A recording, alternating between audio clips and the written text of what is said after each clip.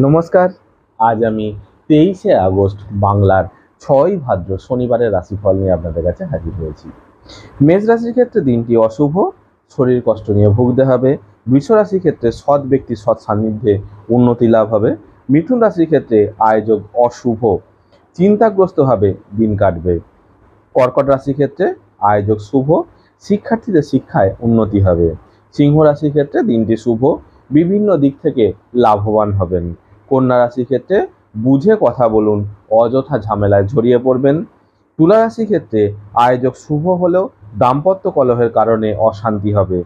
বৃশ্চিক রাশির ক্ষেত্রে দিনটি অশুভ, বিভিন্নভাবে ঝামেলায় জড়াবেন।